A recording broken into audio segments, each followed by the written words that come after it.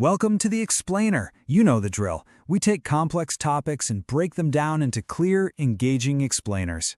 So, how do you carve a block of metal and get that flawless, mirror-like finish? Well, today we're diving deep into the hidden craft of machining one of the most common, yet trickiest materials out there, 6061T6 aluminum. It's the secret behind so many things you use every single day, and getting it right is a fascinating mix of art and science. Okay, so Section 1, the Aluminum Challenge. Before we can even think about making a cut, we have to understand what we're really up against with this material. Here's the thing about 6061T6. Its biggest strength is also its biggest weakness. Yeah, it's strong and super lightweight, but it's also incredibly soft.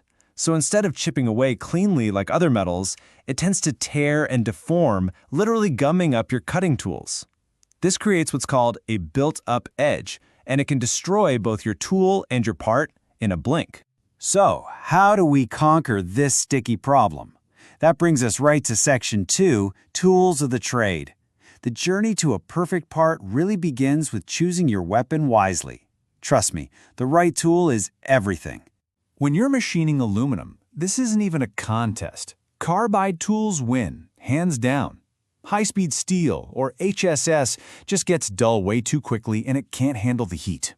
Carbide, on the other hand, delivers that sharp, heat-resistant edge you absolutely need for a clean slice every single time.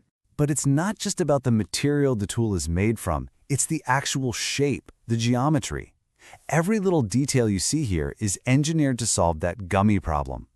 A high positive rake angle lets the tool slice cleanly instead of just pushing material around. And having only 2 or 3 flutes creates these big open channels so those soft, sticky chips can get out of the way fast. Think of tool coatings like the non-stick surface on a frying pan. Things like zirconium nitride or diamond-like carbon create an ultra-slick surface that prevents that sticky aluminum from clinging to the tool. But here is a critical warning. Never ever use an AL tin coating. The AL stands for aluminum, and the aluminum in the coating will literally try to fuse with the aluminum part you're cutting. It's a recipe for total disaster. All right, we've got the right tools selected. Now it's time for Section 3, the art of the cut. This is where we command the machine with precision, and this is where the real magic happens. It really is a delicate balance. The right speeds and feeds, that's how fast the tool is spinning and how quickly it moves through the material, they determine everything from the quality of your finish to how long your expensive tools are actually going to last. And here's where it gets a little counterintuitive. With a soft metal like aluminum, the solution isn't to go slow, it's to go fast. Higher cutting speeds actually lower the cutting forces and shear the metal so cleanly that it doesn't have time to deform and stick. It's all about a controlled, high-speed slice. And that key speed is right around 600 meters per minute. That's fast enough to create a clean shear, prevent that gummy buildup, and get you a much smoother surface finish. You know, a perfect part is almost never cut in a single pass. Instead, machinists use this strategic 2-step process. First up is roughing. These are aggressive cuts just to remove a lot of material quickly. That's followed by a really delicate finishing pass, which is a shallow, precise cut that creates that final, beautiful surface. Now, all that speed generates a ton of heat, which can easily warp the aluminum and totally ruin your accuracy. So proper cooling is absolutely essential. Whether it's a flood of coolant washing away chips and heat or a targeted air blast, you have to manage that temperature to maintain precision. So, the part is cut, but we're not quite done. Now we get to focus on the real finesse. Section 4 is all about achieving that flawless, professional-looking surface. The #1 enemy of a perfect finish is the burr. These are those tiny, sharp slivers of metal that get left on the edges. And the real secret isn't just about removing them later. The pro move is to plan your cut to prevent them from even forming in the first place.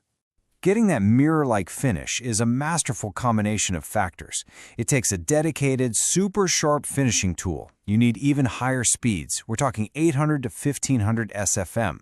The part has to be held down so securely that there's zero vibration. And even the tool's path is critical. Using smooth, sweeping arcs is key to a flawless surface.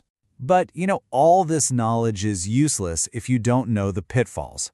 So, for our final section, Let's look at 5 mistakes to avoid. Sometimes the real key to success is just knowing what not to do.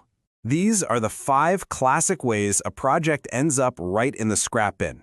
It often starts with the wrong tool, a 4-flute tool that clogs with chips. That leads to poor cooling and overheating. If the part isn't held down tight, it vibrates, which destroys the finish. And if you use speeds and feeds that are too slow, you get those ugly tears instead of clean slices. Each mistake just compounds the last, undoing all your hard work. From the smooth casing of your smartphone to the critical components in an airplane's wing, these principles are absolutely everywhere. It's this hidden world of precision, turning raw metal into functional art. So the next time you hold a perfectly crafted metal object, don't just see the final product. See the challenge, the tool, and the art of the perfect cut.